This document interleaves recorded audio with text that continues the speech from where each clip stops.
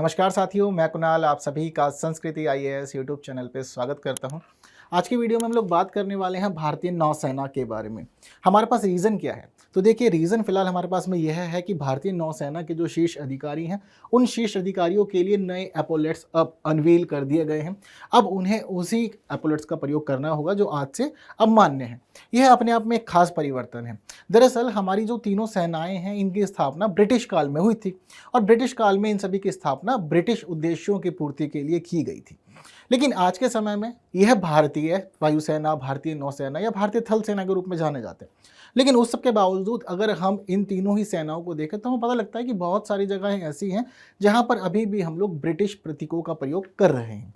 तो इन्हीं ब्रिटिश प्रतीकों को हटाने के लिए, इनके रिमूव करने के लिए भारत सरकार ने एक नया इनिशिएटिव शुरू किया है और हमारी जो सरकार है वह चाहती है कि भारत से हर एक ब्रिटिश प्रतीक को अब हटा दिया जाए। तो उसी प्रकार से धीरे धीरे काम हो रहे हैं और धीरे धीरे हम लोग इस तरफ बढ़ रहे हैं जब हमारी सभी चीज़ें पूर्ण रूप से स्वदेशी होगी और हम उन्हीं को अपनाएंगे जो हमारे अपने थे, विदेशी नहीं थे। तो उसी बीच यह एक नया कदम, नए एपोलेट्स आ गए हैं सभी अधिकारियों के लिए और अपने आप में खास है, पुराने से अलग है। ठीक है, तो पहला महत्वपूर्ण कारण आप लोग समझ गए हैं कि हम चाहते हैं कि ब्रिटिश प्रतीकों को हटाना है। दूसरा, वही चीज़ हम लोग यहाँ पर देखते हैं कि हमने छत्रपति शिवाजी महाराज से इंस्पिरेशन ले करके अब नए एपोलेट्स तैयार किए हैं। हर एक विषय पे बात करेंगे, लेकिन पहले हम पिछली स्थिति देखते हैं। यह आप सभी के सामने एक पिछला एपोलेट है जो अब तक यूज़ किया जा रहा था। ठीक है, अब आप इनको देख कर समझ गए होंगे कि एपोलेट्स का मतलब होता है कंधे पे जो रैंक होती है ना, वही रैंक को एपोलेट्स कहा जाता है। ठीक है, जनरली चाहे आप किसी को भी देख लीजिए, चाहे कोई पुलिस हो, चाहे कोई सेना में हो, सबके ना कंधों पे स्टार होते हैं, साथ साथ कुछ और चिन्ह भी होते हैं। ये दिखाते हैं कि आप कितने बड़े अधिकारी हैं, आपके क्या पद है, यह उसको सूचित करता है। लेकिन सब चीज़ें ठीक है, सूचना अपनी जगह पर है, सूचित हो रहा है और वर्दी की शोभा भी बढ़ रही है, बहुत अच्छा लगता है। लेकिन इसी बीच क्या हो रहा है कि यह जो चीज़ें हैं ना, यह ब्रिटिश है। हम नहीं चाहते कि ब्रिटिश चीज़ें रखी जाए, इसलिए बदल दिया गया। ठीक है, बस यह जो एक यहाँ पर बटन है इसको ही रेफर किया गया है, बाकी पूरी चीज़ें बदल दी हैं। इसलिए विस्तार से हम लोग इसके ऊपर चर्चा करेंगे और हर एक मामले को जानेंगे। हालांकि यह जो मामला है अभी अंत नहीं हुआ है, अभी और भी कुछ चीज़ें हैं जिनको बदला जाना है नौसेना के अंदर। जल्द ही भारत सरकार उस पर भी निर्णय लेने वाली है क्योंकि लगातार कार्य चल रहा है। तो मामले को बढ़िया समझेंगे, लेकिन उस सबसे पहले ज़रूरी है कि आप लोग देख लीजिए एक प्रश्न जो इस खंड से आप सभी से पूछा जा सकता है। चीज़ें उससे परिचित हैं तो आंसर कमेंट करना है, नहीं परिचित है तो देखिए ना, अंत तक बनी रही है, हर एक बात आप लोग को अभी यही बताई जाएगी। ठीक है, तो जो यह नए एपोलेट्स हैं वह खास तौर पे किससे इंस्पायर्ड है? भारतीय नौसेना के ध्वज से। एक न्यूज़ आपको मैं यहाँ पर यही बता देना चाहता हूँ, दरअसल यह नौसेना का ध्वज जो है ना, इसको भी अभी पिछले वर्ष ही रिफॉर्म किया गया था। वर्ष 2022 में ही हमने यह एक खास स्थिति देखी थी कि भारतीय नौसेना के ध्वज को बदल दिया गया था और भारतीय नौसेना के ध्वज को बदलकर एक नया रूप दिया गया था। इसके अंदर एक जैक क्रॉस था जिसको हटा दिया गया था। क्या परिवर्तन हुआ था, चलिए सबसे पहले वही समझ लेते हैं। तो देखिए, इस दौरान जो परिवर्तन हुआ था, यह परिवर्तन कुछ इस प्रकार का है। तो 1950 से पहले जो हमारा ध्वज था, यह नौसेना में इस प्रकार से दिखा करता था, यानी कि पूर्ण रूप से यह विदेशी ही था। लेकिन हमें अपनी चीज़ों को अपनाना था, तो हमने क्या किया था कि जो यह फ्लैग है इसके जगह पर हमने अपना तिरंगा लगा दिया था। तो हमारा तिरंगा ध्वज तब से यहाँ चल रहा था। फिर उसके बाद एक और परिवर्तन किया गया, जिसके बाद में हम देखते हैं कि ब्लू कलर में हमारे अशोक जो सिंह शीर्ष है वो नीचे अशोक चिन्ह और साथ में यह लंगर वाली स्थिति हमने शामिल कर दी थी। इसके बाद में हमने क्या किया कि यूनियन जैक आ गया तिरंगे के साथ में, बीच में सिंह शीर्ष। इसी प्रकार से यह चल रहा था आगे और हम फिर बाद में देखते हैं कि वर्ष 2022 में एक बड़ा निर्णय लिया गया और यह जो यूनियन जैक का यहाँ पर साइन था ना, इसको हटा दिया गया है। अब यूनियन जैक के जगह पर हमने यह एक अष्टभुज लिया हुआ है, जिसको माना जाता है कि यह छत्रपति शिवाजी से इंस्पायर है, उनकी स्टैंप से इंस्पायर है, वह इसका यूज़ किया करते थे। साथ साथ इसमें सिंह शीर्ष भी है और एक लंगर भी है और नीचे जो वजन होता है नौसेना का उसको भी यहाँ पर लिखा गया है। तो आज के समय में यह इस रूप में देखने को मिलता है, यह ध्वज है आज के समय में हमारी नौसेना का। अब इसी में से जो यह अष्टभुज हम देख रहे हैं ना, इसका उपयोग किया गया है। साथ साथ जो राज मुद्रा हुआ करती थी छत्रपति शिवाजी महाराज की, उसको भी हमने इसमें शामिल किया है। समझते हैं हर एक मामले को। ठीक है, तो इतना क्लियर हो गया आपको कि कैसे कैसे यह इंस्पायर है, क्या क्या इसमें मामला है। ठीक, तो यह छत्रपति शिवाजी की राजमुद्रा से भी प्रेरित है। इसके अलावा हम ये देखते हैं कि यह जो परिवर्तन हो रहे हैं, दरअसल अचानक से नहीं हो रहे हैं, लगातार बातचीत चल रही थी। और अभी इसी साल, कब की हम लोग बात कर रहे हैं, 4 दिसंबर 2023 को प्रधानमंत्री नरेंद्र मोदी पहुंचे थे सिंहदुर्ग में। महाराष्ट्र के सिंधुदुर्ग में पहुंचने के बाद इन्होंने यहाँ पर नौसेना दिवस मनाया, और जब यहाँ पर नौसेना दिवस मनाया जा रहा था तो इन्होंने सभी नौसैनिकों से बातचीत की और उन्हें बातचीत करते हुए बताया कि आप लोग तैयार रहिएगा, हम लोग एक प्रोजेक्ट पे कार्य कर रहे हैं, जो हमारा प्रोजेक्ट है वह ब्रिटिश प्रतीकों को हटाना है। इस दौरान इन्होंने दो प्रमुख बातें बताई। पहली बात तो इन्होंने यही बताई थी कि देखिए, आपके जो ये एपोलेट्स होते हैं ना, इन सभी चीज़ों को हम लोग बदल देंगे अब, और इसके साथ साथ आपको यह भी ध्यान रखना है कि जिस रैंक से आपको जाना जाता है, यानी कि जिसको हम लोग एडमिरल कह रहे हैं या वाइस एडमिरल कह रहे हैं, आने वाले समय में यह सब रैंक्स भी बदल जाएंगी और आप सभी लोगों को ऐसी रैंक दी जाएगी जो पूर्ण रूप से भारतीय हो, भारतीय संस्कृति को निरूपित कर रही हो, और साथ साथ में जेंडर न्यूट्रल भी हो। ऐसा नहीं लगे कि रैंक को सुन करके कि कोई पुरुष ही होगा या पुरुष के लिए बनाई गई है। रैंक हमारी जेंडर न्यूट्रल होनी चाहिए, ताकि जब कभी महिलाएं भी इस तरफ आगे बढ़े, उन्हें इस पद पर नियुक्त होना हो, तो उस स्थिति में वह भी इन रैंक्स को बिना किसी हिचक के स्वीकार करें। और पता लगना चाहिए ना कि भारतीय व्यवस्था में सभी को समान महत्व भी दिया जा रहा है। तो यह दो प्रमुख घोषणाएं की गई थी, एक एपोलेट्स चेंज करने की और एक रैंक बदलने की। एपोलेट्स बदल गए हैं और रैंक बदलना अभी बाकी है। 4 दिसंबर का दिन आप लोग याद रखिएगा, बहुत सारे एग्जाम होते हैं, जैसे वनडे हो गया, पीसीएस हो गया, पूछ लिया जाता है कि कौन सा दिवस कब मनाया जाता है। हो सकता है कि इस बार आपको बात करनी पड़ जाए, ठीक है। 4 दिसंबर का दिन हमारे लिए क्यों खास है? क्योंकि 1971 में भारत पाकिस्तान युद्ध के दौरान ऑपरेशन ट्राइडेंट की यह हमें याद दिलाता है, तो इसलिए 4 दिसंबर को हम लोग अपना नौसेना दिवस मनाते हैं।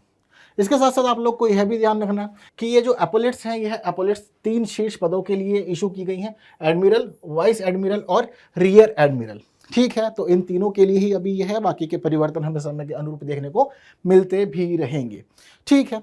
हाँ, ऐसा नहीं है कि मतलब पहली बार काम हुआ, जैसे कि एक ध्वज वाली कहानी मैंने आपको पहले ही बता दी थी कि ध्वज को बदल दिया गया था, भारतीय बना लिया गया था।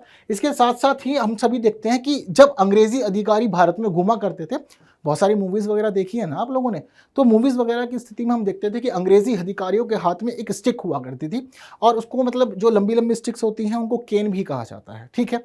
तो केन का प्रयोग करते थे वो, उनको उसके ड्रेस का हिस्सा माना जाता था। ऐसा था कि हाँ ठीक है, आप अधिकारी हैं, एक अच्छी पोस्ट में हैं, इस विभाग से या इस क्षेत्र से संबंधित है, तो एक ऐसा कुछ होना चाहिए प्रतीक आपके हाथ में, ठीक है। ड्रेस की शोभा को बढ़ाता था। लेकिन जब हमारी सरकार आई तो सरकार ने कहा कि देखिए, यहाँ पर चीज़ें बदली जाएंगी, अब आपको डंडे का उपयोग नहीं करना, यह अच्छा संकेत नहीं होता। तो भारत सरकार ने कहा कि नहीं, डंडा नहीं होना चाहिए, ध्वज को बदल दिया गया। एक खास चीज़ हमने और देखी, जो अधिकारियों की मैस होती है, उस मैस के अंदर भी पुराने जो ब्रिटिश क्लॉथ थे उसको ही यूज़ किया जा रहा था लगातार, यानी कि जो ड्रेसअप था वही ड्रेसअप चल रहा था लगातार। इंडियन गवर्नमेंट ने उसको भी बदल दिया, कहा कि आप ठीक है, चीज़ें अच्छी हैं, बट सभी चीज़ें भारतीय होनी चाहिए, क्योंकि सब भारतीय कल्चर है हमारे पास में। तो भारतीय, हम पूरी संस्कृति के अंदर क्यों ब्रिटिश चीज़ों को अपनाएं, उनको स्वीकारें, इसलिए अब आपको एक नई ड्रेस पहननी है, तो ड्रेस भी उनको इशू कर दी गई जो भारतीय है, ठीक है। क्लियर आपको? तो यह क्रम अनुसार चल रही हैं चीज़ें। पहले डंडे का उपयोग बंद किया गया, झंडा बदल दिया गया, मैस के अंदर पारंपरिक भारतीय परिधानों को शामिल किया गया, अब एपोलेट्स चेंज कर दिए गए हैं, और अब हम देखने वाले हैं जल्द ही कि रैंक्स वगैरह को भी अब भारतीय कर दिया जाएगा। तो यह इस प्रकार सीक्वेंसिंग में चल ही रहा है, ठीक है। यह सारा मामला समझ गए आप लोग। साथ साथ आप लोग यहाँ पर यह भी समझिए कि किस प्रकार की अब यह एपोलेट्स इशू किए गए हैं।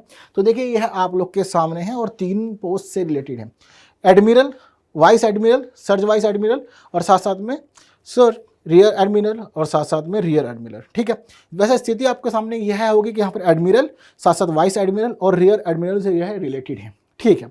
अब यहाँ पर अगर हम खास अंतर देखें इन सभी पोस्ट के अंदर, तो अंतर खास तौर पर स्टार्स का है। देखिए, अगर हम एडमिरल साहब की बात करते हैं तो इनको 4 सितारे मिले हुए हैं। इसके अलावा अगर हम वाइस एडमिरल साहब की तरफ आते हैं तो देखिए, दोनों ही जगह पर हमें 3-3 स्टार देखने को मिल जा रहे हैं, ठीक है। चलिए, अब यहाँ चलते हैं रियर एडमिरल साहब की तरफ, इनको 2 स्टार मिले हुए हैं। अब यह चीज़ जो है, यह इन तीनों के अंदर कॉमन है।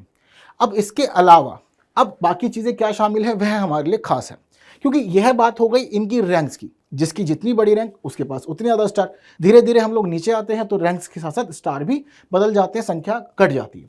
लेकिन इसके अलावा बाकी चीज़ें हम देख रहे हैं कि सबके साथ में कॉमन है। तो इस पूरी पिक्चर में आप कहीं भी किसी भी एपोलेट को देख लीजिए, हर एक एपोलेट्स के अंदर आपको 4 चीज़ें देखने को मिलेंगी। सबसे ऊपर यहाँ पर यह एक बटन है, ठीक है, लंगर वाला, ठीक। यह बटन होता है, यहाँ शोल्डर पे इसको लॉक किया जाता है। इसके बाद हम देख रहे हैं कि यहाँ पर एक अष्टभुज बनी हुई है और इसके अंदर है सिंह शीर्ष। इसके अलावा अगर आप इसको देखते हैं तो देखिए, इस तरफ जो यह बनी हुई आकृति, यह एक भारतीय तलवार है, ठीक है। और वहीं इसके साथ जो ये जुड़ा हुआ है क्रॉस में, वह है एक दूरबीन। ठीक है, तो चार अलग अलग यहाँ पर हमें चीजें देखने को मिल रही हैं, साइंस देखने को मिल रहे हैं, लेकिन इन चारों ही साइंस का अलग अलग मतलब है। आपको पता होना चाहिए कि साइन का मतलब क्या है, क्योंकि एग्जाम में बहुत बार पूछ भी लिया जाता है। तो क्या है किस साइन का अर्थ? देखिए, सबसे ऊपर गोल्डन नेवी बटन। ठीक है, यह जो गोल्डन नेवी बटन है, यह गुलामी की मानसिकता को दूर करता है, क्योंकि यह भारतीय है। ठीक, इसके साथ साथ अष्टकोण, जैसा कि आपको मैं बताया, उसके अंदर सिंह शीर्ष भी है, आपने देखा। यह 8 दिशाओं का प्रतिनिधित्व करता है, साथ साथ यह बलों के सर्वांगीण दीर्घकालीन दृष्टि को भी दर्शाता है। इसके बाद में आपको बताया मैंने, एक भारतीय तलवार है। तो देखिए, जो यह तलवार है, यह राष्ट्रीय शक्ति में अग्रणी बनने के लिए प्रेरित करती है हमारी नौसेना को। साथ साथ कहते हैं कि प्रभुत्व के साथ आप जितने भी युद्ध लड़ें, उन युद्धों को जीते, अपने विरोधियों को हराएं, और साथ साथ आपको कभी भी अपनी सेवा काल में जो भी चुनौती देखने को मिले, हर एक चुनौती से डटकर लड़िए और उसको समाप्त करके आप आइए। कौन इंस्पिरेशन दे रहा है? ये वाली तलवार। बहुत इजीली याद कर सकते हैं, तलवार का उपयोग इसीलिए ही किया जाता है। साथ साथ टेलीस्कोप, जैसा आपको मैंने भी बताया। तो देखिए, टेलीस्कोप की स्थिति यहाँ पर क्या है? बदलते विश्व में दीर्घकालीन दृष्टि आपने अपनानी है, दूरदर्शिता अपनानी है, और मौसम पे नजर रखनी है, क्योंकि आप एक नौ सैनिक हैं। आपको जल के बीच में रहना, जहां चीजें बहुत जल्दी बदल जाती हैं, और जब कभी भी मौसम बदलेगा, चीजें प्रभावित होंगी, तो आपके लिए यह एक नई चुनौती बन के उभरेगा। ठीक है, तो यह सारा का सारी जो बातें हैं, आपके एग्जाम के पर्सपेक्टिव से बहुत ज़्यादा महत्वपूर्ण है, और आपके अनेक एग्जामों में पूछी जाएंगी, बिल्कुल पूरी संभावना है। यूपीएससी के साथ साथ में अगर आप वनडे एग्जाम दे रहे हैं या पीसीएस देने जाएंगे, वहाँ पर आने की संभावना है। तो हर एक चीज़ को याद रखिएगा, साथ साथ मेंस के नोट्स बना लीजिएगा, क्योंकि वहाँ पे आपको बताना पड़ेगा कि कैसे कैसे भारत सरकार लगातार काम कर रही है ब्रिटिश प्रतीकों को हटाने के लिए, और अभी भी बहुत सारी चीज़ें बाकी होंगी, है ना। आप कुछ भी देख लीजिए, कहीं भी देख लीजिए, भी बहुत सारी ऐसी हैं चीज़ें जिनको ब्रिटिशर्स के द्वारा ही इस्टेब्लिश किया गया था, लगातार वह बनी हुई हैं। तो इन चीज़ों को समझते जानते हुए आप लोग अपने लिए प्रॉपर नोट्स बना लीजिए, ताकि आप मेंस में अच्छा आंसर लिखें। प्री का क्वेश्चन जैसा आपको मैंने दिखाया था, बेहद सरल और सिंपल सा है। जल्दी से इसका आंसर भी आप लोग कॉमेंट कर दीजिए, और उम्मीद करता हूँ कि सेशन आपको अच्छा भी लगा होगा। इसलिए ज़रूरी है कि आप इसे अपने बाकी साथियों तक शेयर कर दें।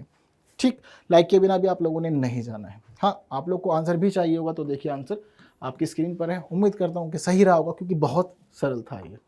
तो अब हम लोग अगली वीडियो में फिर मुलाकात करते हैं कुछ नई बातों के साथ। तब तक के लिए विदा दीजिए। Thank you so much.